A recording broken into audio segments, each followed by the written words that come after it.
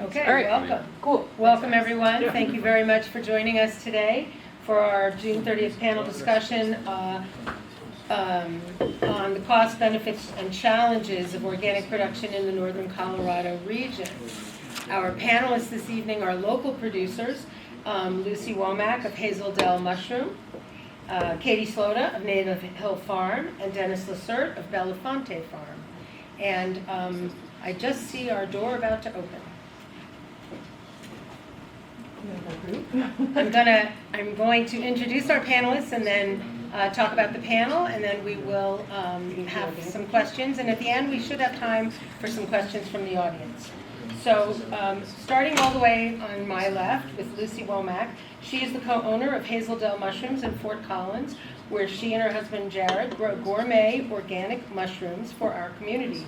After leaving a career in nursing to join the farm, Lucinda became co-owner in 2020 and now helps carry forward a mushroom growing tradition that spans more than 4 decades. She's passionate about sustainable agriculture, local food systems, and supporting a resilient regional food economy. Hazel Dell transitioned to organic production in 2004. You can find Hazel Dell mushrooms at local farmers markets and many local restaurants in northern Colorado. Just to my left, Katie Slota is the co-owner of Native Hill Farm, which is a certified organic, 4-season, family-run, diversified and intensive vegetable farm located in North Fort Collins, Colorado. They strive to cultivate the freshest and highest quality produce for the community. They farm year-round using innovative and sustainable growing practices with a focus on passive season extension techniques, innovation, cover cropping, energy efficiency, and water conservation. The farm is committed to preserving and encouraging the rich agrarian heritage of this high desert place that is the Fort Collins community. Native Hill has been certified organic since 2024 after operating with organic practices but without certification for 14 years. Native Hill operates 30 acres, including 26 acres at Kestrel Fields, leased through partners at Poudre Valley Community Farms, with over 12 employees and a dedicated crew of working members. Last but not least, in the middle, Dennis Lacerte of Belafonte Farm. Dennis Lacerte is the owner and operator of Belafonte Farm in Fort Collins and is the Northern Colorado Food Shed Project's first Farm Business Accelerator participant and graduate. After transitioning from a career in mechanical engineering, Dennis pursued farming as a way to combine his love of nature, food, and environmental stewardship. He grows diversified vegetables on a total of 9 acres, including 6 acres leased from Poudre Valley Community Farms, with a focus on soil health, ecosystem resilience, and community well-being. While Belafonte Farm is not certified organic yet, Dennis follows regenerative practices and is passionate about creating a more sustainable and connected local food system. Thank you all for being here tonight. Just to introduce our subject a little bit, let me say this. At some point along the way, in many farms' journeys, they will ask themselves, is it worth it for me to become organic certified? And if so, when should I do it? These 3 producers from our Fort Collins community have faced that decision. One who has been organic certified for many years, as I just described, one who just went through the certification process, and one who is not yet certified. We will together weigh the costs, benefits, and challenges of organic certification for vegetable and mushroom production through the panel discussion today. So to get started, I'm going to ask each panelist to give a brief overview of what they grow, how long they've been in production, what market channels they utilize, and if they are organic certified, for how long they have been certified. So maybe starting here with you, Katie. Here's your mic. Hi. So Native Hill Farm is a family-run, diversified vegetable operation. We do 2 different CSAs. So we do a summer CSA, market style CSA model, and then we do a winter style box CSA model. So folks can get food from us 44 weeks of the year. We also grow food for farmers markets, and we sell a little bit of wholesale, both to the Larimer County Food Bank, the Fort Collins Food Co-op, a few select restaurants in town, and Lucky's Market. Awesome. And we've been certified for, this will be our 3rd year. Good. Hello, yep, my name is Dennis of Belafonte Farm, and we grow mixed vegetables and primarily sell to customers directly at farmers markets, between the Larimer County Farmers Market, the Boulder County Farmers Market on Wednesdays, and the Loveland Farmers Market on Sundays. And then we work with the Food Bank for Larimer County, Boulder County Farmers Market Food Hub down in Boulder County, and then some local restaurants, and then some CSA customers. We grow on 9 acres total, and that's 7 acres at the Flores del Sol property, and then 2 acres up here just west of downtown Fort Collins. And is there anything else? No, that's a good overview. Thank you. Lucy, you're next. I'm Lucy, and I grow mushrooms at Hazelnut Mushrooms. We grow 15 different varieties of mushrooms, but about 40% of our operation is shiitake. We're a dedicated organic farm. We've had our certification since 2004. We harvest between 4,000 and 6,000 pounds of mushrooms a week. About 76% of our customers are food distributors and grocery stores like Sprouts and Whole Foods. Then about 10% is restaurants, and then the rest would be like direct sales at farmers markets and customers who come into our retail locations. Thanks, Lucy. So coming back to the question of organic certification, it sounds like that happened before you joined Hazeldale. Can you, do you know, now that the farm has been operating for so long with organic certification, can you talk about the annual I don't know if it's annual, but recertification process and what that looks like? Yeah, the rules change frequently, so there's always more work to do. Maybe some years it's a little bit easier, but they're always adding new bits and pieces, new requirements. The most recent one that's been kind of frustrating to work around is you have to prove that you can't find, in my case, spawn that's organic. You guys maybe go through the same thing with like seeds. You have to prove your seed is organic, and you have to show all this paper trail, making sure you're asking enough people. And so sometimes proving things that you know to be true, but like you have to have the paper trail. I just for fun like brought my giant binder just to like it's just to like demonstrate like how much you have to keep track of, and for me it's really helpful to keep all those documents in one place. So yes, the majority of the work was done when I got there, but there's continual upkeep and there's more work that has to be added essentially every year. So. Thanks. Katie, you guys went through organic certification more recently, and I think you were part of that process. So can you talk a little bit about how you experienced it and what the challenges were, and maybe then we can talk after that about what the benefits are of being organic certified. Sure, yes, so we had been non-certified for 14 years. The transition was relatively easy for us, mostly because we had all the records already, kind of in different places. And the main reason we switched to organic, we always wanted to have certification, but we didn't have like a permanent home for the farm, which was like the main challenge for us. So now that we have this longer term lease from the city, we were able to transition. So we were transitional for 3 years with our lease from the city, and then our other property was transitioned like earlier, right when we started farming there. So it was, like I said, it was relatively easy to do most of the paperwork and stuff online and just to keep it updated. That's like the main challenge, I would say. But going through the certification process, I think, was only the main difficulty is the cost. It's pretty costly. So not only in time, but also in how much it costs to be certified. So does that answer your question? Yeah, I think my question too is, it sounds like you're both talking about paperwork. Yeah. I don't hear you really talking about agricultural practices. Is that because you were already implementing practices that supported being certified? Yes, exactly, and that's why I said we have all the documentation, because it was so easy for us to do it. So 'cause we were already doing it, so it wasn't a big deal. Like I shouldn't say it wasn't a big deal, but it wasn't as big of a deal as it would be maybe if you were going from conventional to organic.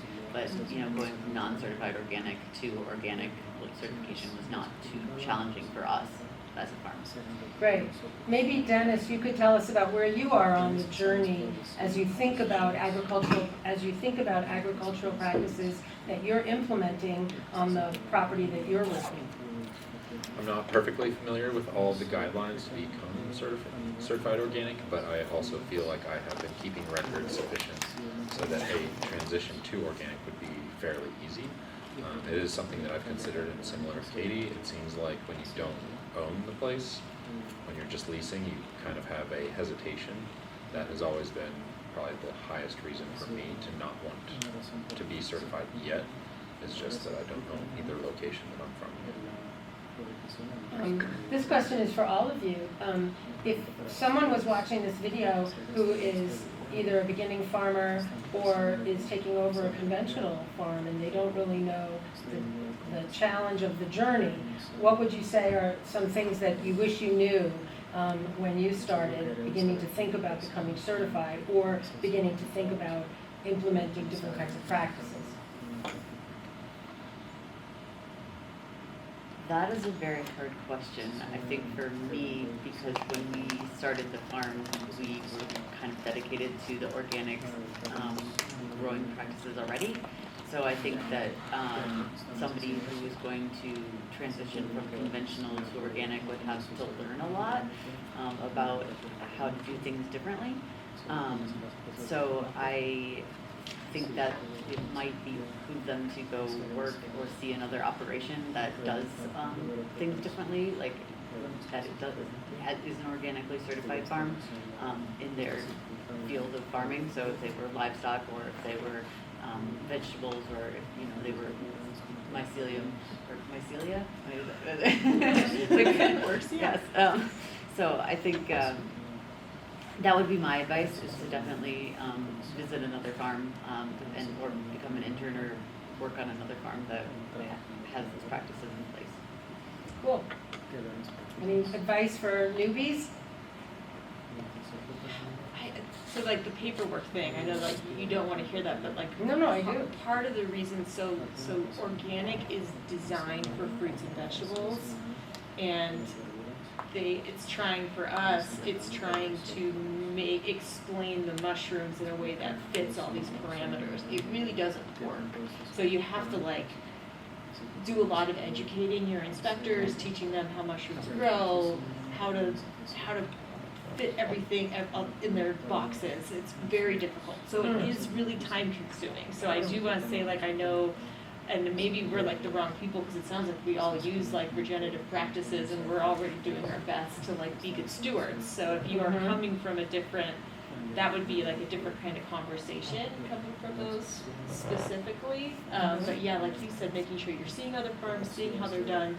I do know other farms that do both conventional and organic, and that is pretty tricky. It is very strict. You have to keep those things very, very separated. They're really worried about fraud, as they should be, you know what I mean? And so that's like another thing to consider. It's like an extra layer if you're going to continue to do both. So yeah, there's just like, depending on what you grow, where you are, how you want to do it, there's a lot of things to consider. So something that I'm interested about is and since I don't know because I'm not certified yet, but to what level do you keep record of the actions that you've taken, whether you're going out there and applying something, whatever that might be, whether it's fertilizer or a type of spray or something like that, to what level it's like quantity. They want to see like field, like in our case, like field records, like how often you're putting eyes on things, how often you're watching for things, when you clean rooms, when you prep them, it's like every action. And it could be as simple as like initialing it, you know what I mean?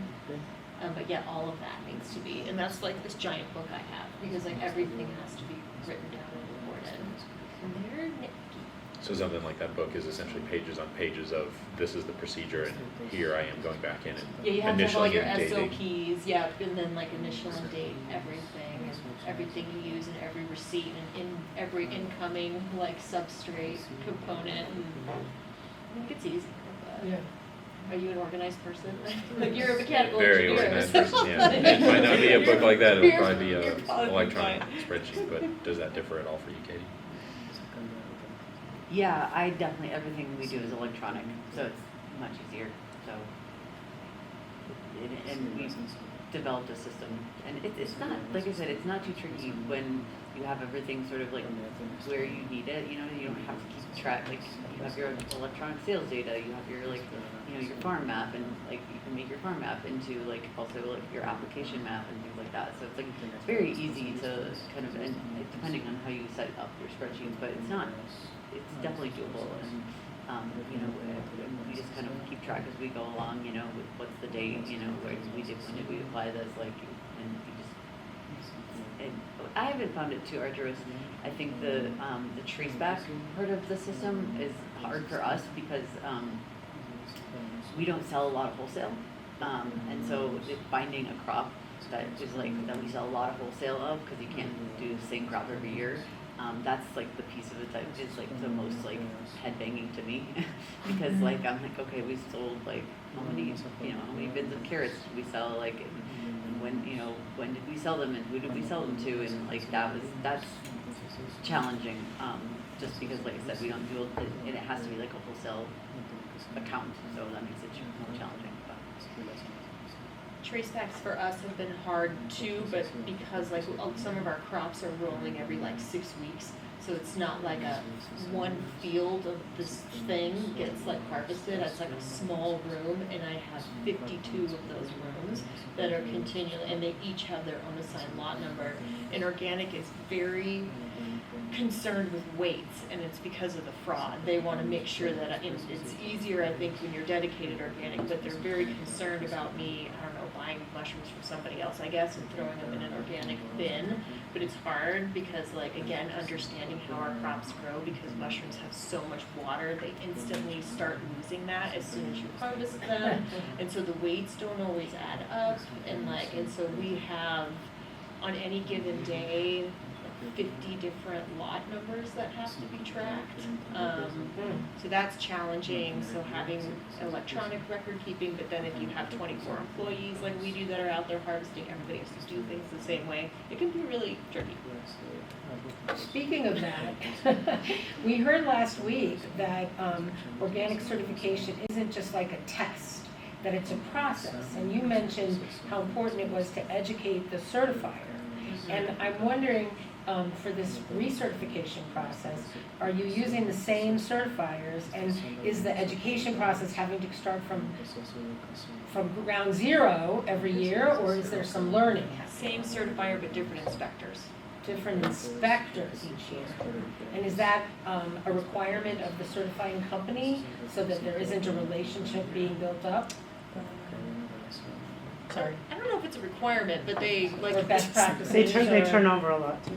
Yeah, I mean, I have favorites, and then I have less favorites. But when you have somebody brand new, it's very time consuming. So. That's interesting. I know it's a requirement. We're certified through the CEA, and you have to you can have two of the same inspectors 2 years in a row, but then you have to change. So I mean, they do that on their end, but Do you have yeah. favorites too? Oh yeah. So for somebody new, how long does a certification or an inspector visit take? Is that a one-day thing or is it a multi-day thing? The one I like is 4 hours. The ones that are new, it's all day. So it's like your entire day is walking around and staring at computers and that's just the inspection process. You know, putting all the documents together and completing other modules is like takes days, weeks. Cups of coffee.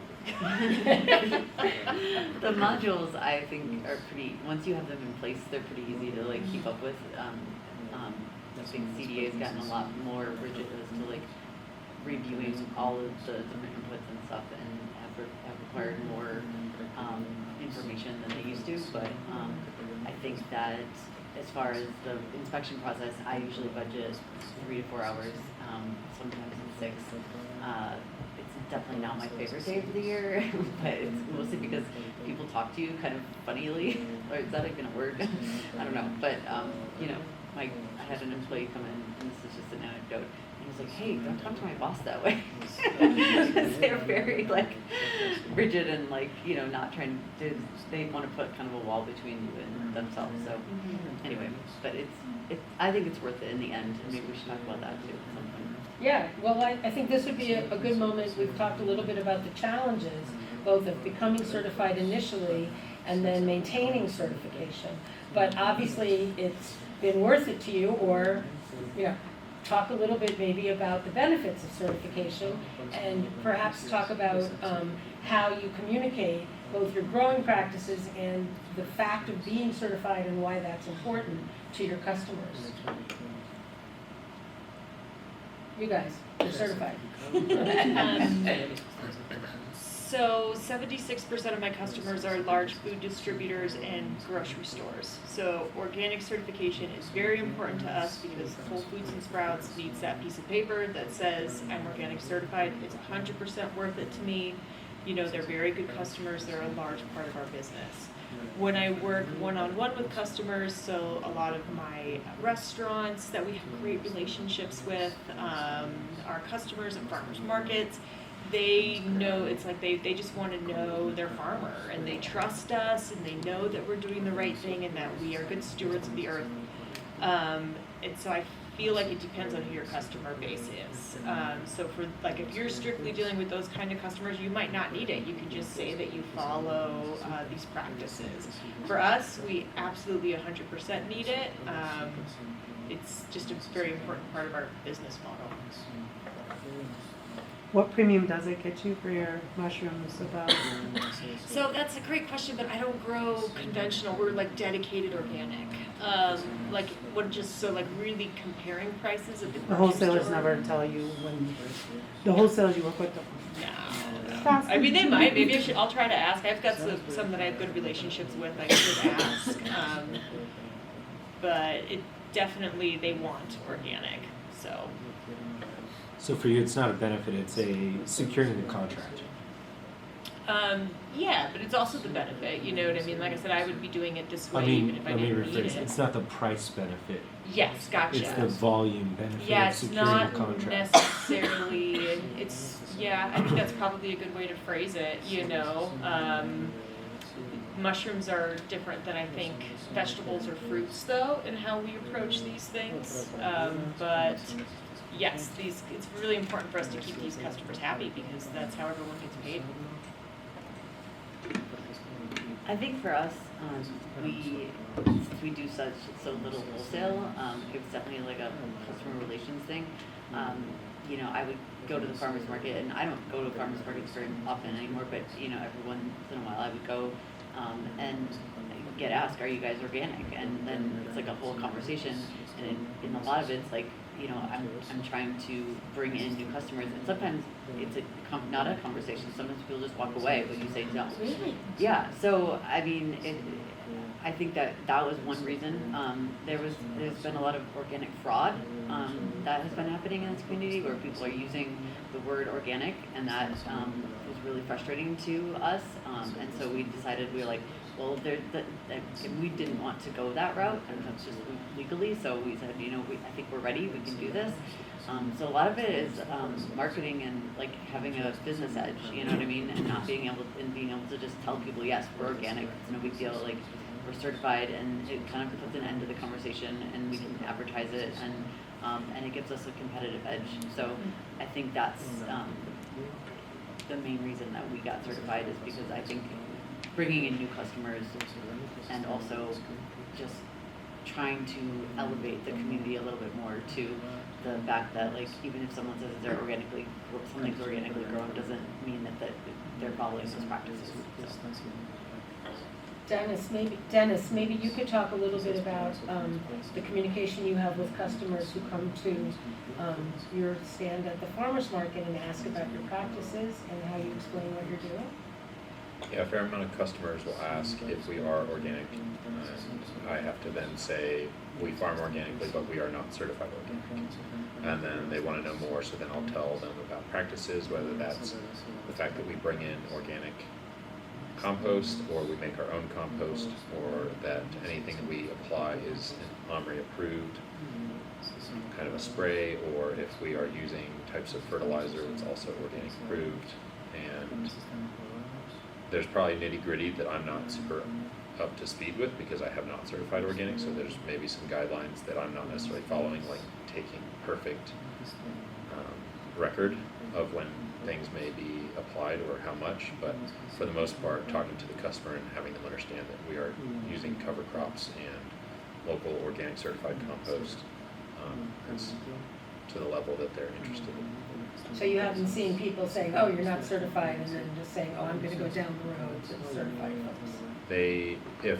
Most of the time, if I am present as the owner of the business and very knowledgeable about how we operate, I pretty much never have had that. There's potentially a chance of a different person is representing the business that might happen, although I don't hear about it. I can understand that. And then if we are ever selling our eggs at market, they are not certified organic, but we do buy certified organic feed. And then we do give them spent brewing grain, which is not certified organic, even though for the most part I know typically where that grain is coming from. And then they do get water, oyster, grit. So, and for most of the customers, it's that relationship with the farmer that they really value.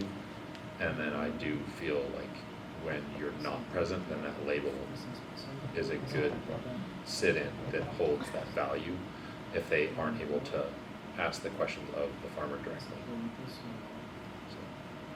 Interesting. So the food system that we are all operating in here at Fort Collins is changing over time, and I'm wondering how you see organic certification evolving in terms of the local or even the regional food system. I know you're selling substantial volumes. Do you think that buyers, additional buyers in the community are going to, how they're going to value the certification, and does that incentivize you, for example, to increase production in some way? How do you see the demand in this community for organically certified vegetables and mushrooms? I think this question was the one I had the most pause on. I think it really does come down to what it is that you're certifying organic, if it's vegetables, mushrooms, or if it's meat. I think those are two very different products. I think that this town could definitely use more organic livestock, personally. And so, I do know that most of my colleagues here have a lot of dedication to taking care of the land and stewardship and whatnot. Interestingly, outside of Fort Collins, I feel like being organic is a very important thing. If you come from the East Coast, like if you are not organic, like you're kind of like shunned out of the community, or if you're using like the word organic and you're not organic, people know, and you will get, in trouble for it. So I guess what I would love a little bit more dedication to organic, just because I care about my community and I care about the environment and what it is that we're trying to cultivate here and elevate all the farms to a certain kind of like standard, especially with Clear Valley Community Farms and. I think that this was a really interesting conversation to open up the question of what does the community expect out of the agricultural production on publicly owned lands. As you think about your operations going forward and the investments that you're making, is it in your business plans to think about moving off of leased land, and what would that look like? For us, we have both purchased land that we own and also leased land. I think it would be very challenging to acquire a larger parcel of land that we need that we've already been leasing from the city in this community. So I don't have plans to move off the space that we've already certified unless we, for some reason, our lease is not renewed, or it gets too expensive. So that's my take on it. Mm-hmm. Thanks. Currently, I just signed on for a much longer lease with some of the local lands, but it would be, it would be very much a dream to only farm at one location, live at that location, and have it be sufficient farmland for me to enjoy farming for the rest of my life.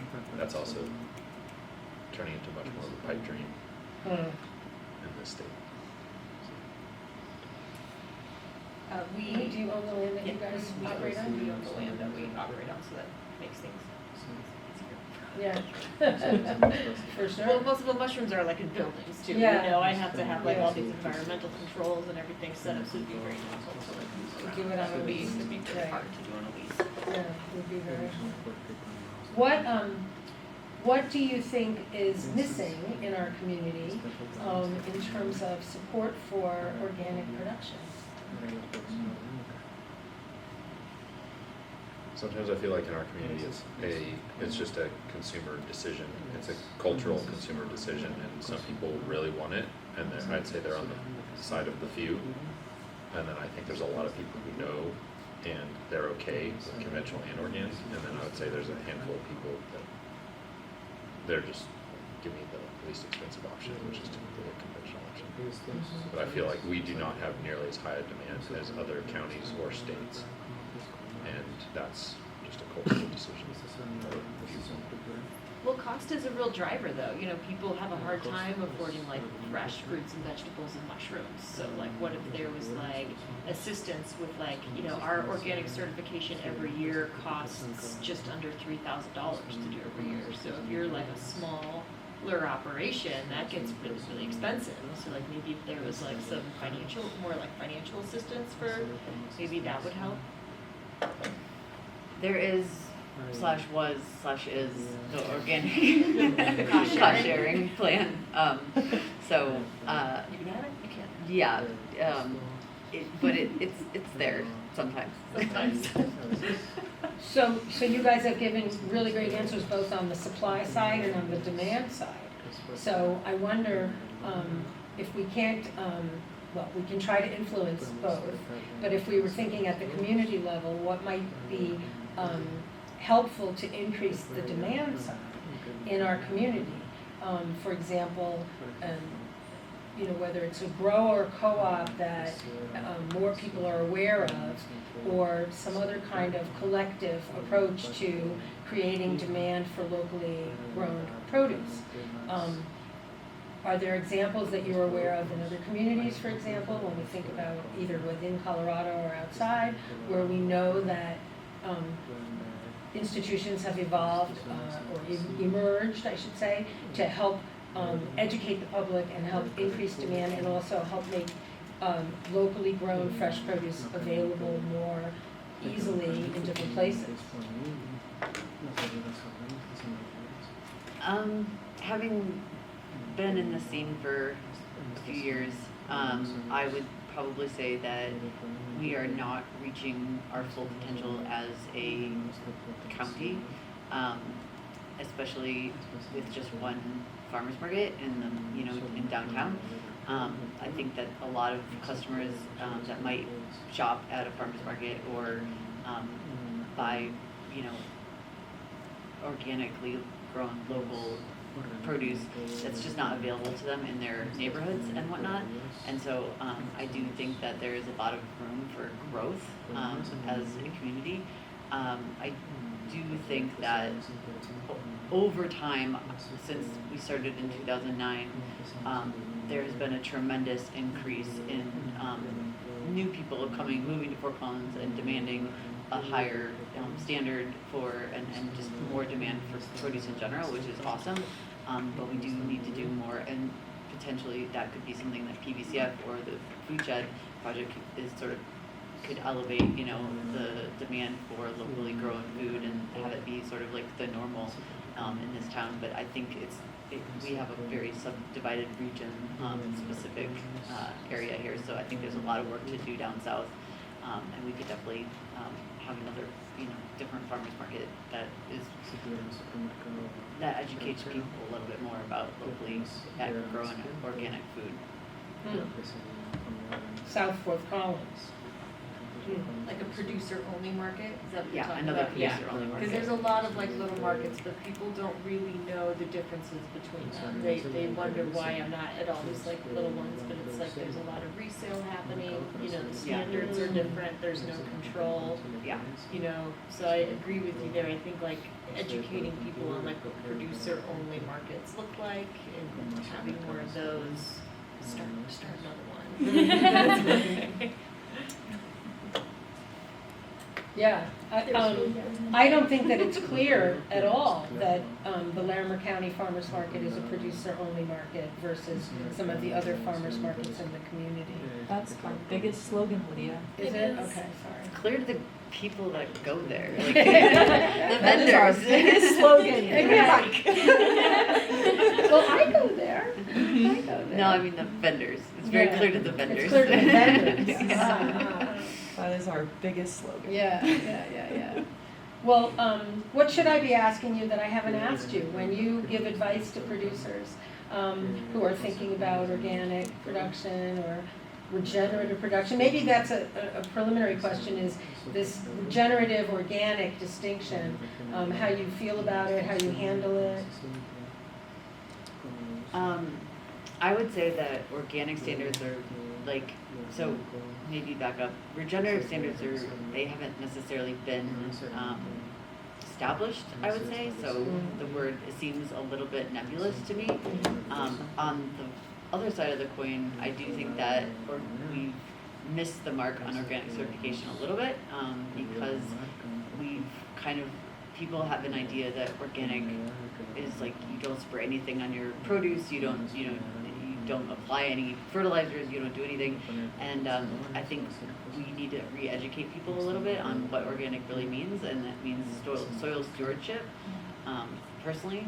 So that's, I guess, where I'm going with that is that regenerative seems like a little bit of a blanket, but it also is like what all organic farms should be required to do, but they actually aren't. So it's a I think that would be like the next step, is to probably have a little bit more regenerative, to talk about regenerative and like maybe integrate that into the organic standards a little bit more. That's a big topic. Thoughts? I think that if you already are following those guidelines, regenerative or practicing organically, whatever people are calling it, that's a good time to start considering making the jump. You wouldn't want to go from just conventional, I use pesticides on everything all the time, to trying to be organic. It's just not going to be easy for you. But if you're already like moving in that direction and you are already confident about the way that you're growing your crops, then it's worth exploring because it may open up more customers to you. So This is less relevant for Lucy, but Do we need a mic on Dawn? I was about to say, do I we can- have questions from the audience? I'll use my big voice. But in a year where water is such a constraint, is that another benefit you're starting to see? How is your soil retaining water? And what has it meant for how your yields maybe are being impacted by having less water available than others, given you've been using these practices a while? Great question. I am not the irrigator on my farm, so I might not be the best person to talk to about that. But I do think that our soils, you know, they do hold water, but they are also Colorado clay, so that's, you know, there's that. I think that in general, like, turns out vegetables just really need water to grow here. We have a very arid climate, and it doesn't rain, so you can't just sit there and wait for you know, the water to fall from the sky and the soil like to leach water. So I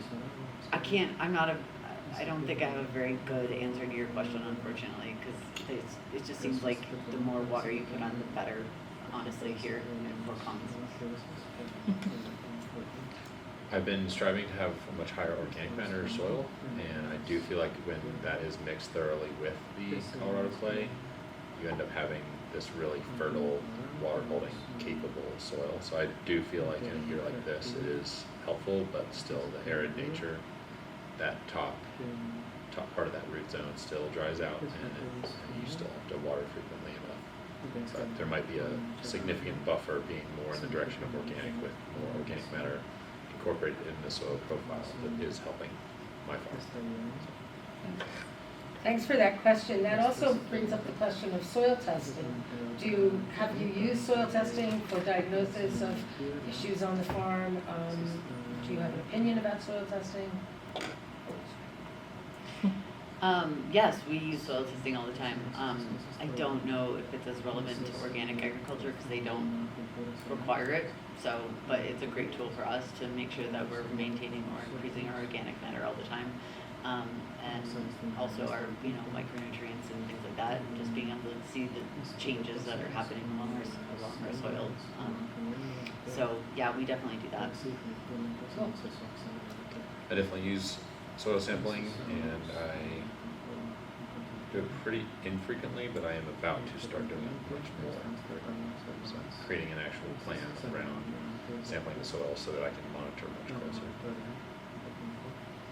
Well, thank you. So before we end, I wanted to ask if there were any other questions in the audience. Yes, in the back. Do you need a microphone? I don't think so. Come closer to the camera, because I think that's where your voice will get picked up. For Dennis, do you consider not feeding your chickens spent grain to get the organic certification? Like, do you think your customers care? Would you be able to charge more for organic eggs? So yeah, because the spent brewing grain is not certified organic, that would be, you know, an issue. So I would have to omit that step, and then I would have to omit it entirely from the farm, because I do make my own compost, and then that compost would go into my growing media, or go into my growing areas. Do we have any other questions? Yes. Do you know if you make your own compost, if you have to certify your own compost operations for organic inputs at all? Yeah. Yes. Seems likely. So there's an NOSP standard for inputs on feedstocks. You'd have to double check if that grain would qualify for. Thank you for the tip. It's been cost inhibitive as well for us. The $3,000 to $4,000, is that a relevant cost that you see as well for annual, like fees and licensure directly to? We're around 2,000. Is it cheaper recertifying? Is that why, or is there a higher upfront? Okay. We haven't bothered to, because we sell we were talking earlier, we sell our spent substrate as compost, and we do not have it organically certified. It does not make any sense for us, and we don't say that it is. because it is like a whole other thing like on top of that. Even though it's coming from a dedicated organic mushroom farm, it's a completely different operation, so. But you're currently buying OMRI certified compost. I am, but I'm not buying the certificate Yeah. yet. I am. But it does sound as though the cost of certification varies, and maybe because mushroom farming is so complicated. It's honestly, I think, mostly based on the size. It's the size of the operation, it's how many, for you it's acres, for me it's square feet. And then also there's growing, and there's processing and handling on top of that, so there's, you can just, add. Right. You can upgrade all the way if you want. Right. So the government programs to offset and do cost share are only for people initially getting certified? You No, do, it's you just- get support every year? No, it's like, it's if the money's been allocated to it, and that's just kind of depends on the political winds, that's all I'll say. The cost share is through the FSA, right? CDA used to have a program. CDA for like, because we were getting it, I use GAP certified too, to do that kind of stuff too, yeah, because we also get it through GAP sometimes. You can say more, right? No. You use a third-party certifying company? That's another requirement for some of these larger scale distributors and grocery stores, good agricultural practices, so that's like basic food safety stuff. And then in addition to that, you probably do have to do the PSA, right? Like, so the produce safety, so there's all kinds of things on top depending on which customers you want to work with and where. Yeah, but do you hire like a third-party consulting service that comes through and handles? We do it ourselves. We just do, it's just a massive amount of paperwork and all of that, but that's something else that we add onto inspection season. So it's really expensive to hire those firms, Yeah. by the way. Really, really expensive, so. And so same at Native Hill, internal. Well, it sounds like it's cost effective to learn how to do it, because if you have to do it every year, to hire an outside consultant every year would be really cost prohibitive on top of the cost of the actual certification fees, I suppose. Absolutely. Yeah, that would be a lot. Well, guys, this has been really an interesting conversation. I think there's always a lot to learn about practices and about marketing of produce and mushrooms in our community, and where we can go with this in terms of building out institutions and other kinds of structures that can help support increasing the percentage of food that's grown locally, that's grown organically, that is consumed locally. I think that's where we all want to see our public policy and our activities support. So thank you for your time tonight, and thank you for all your support in filming and translating this event. Thanks.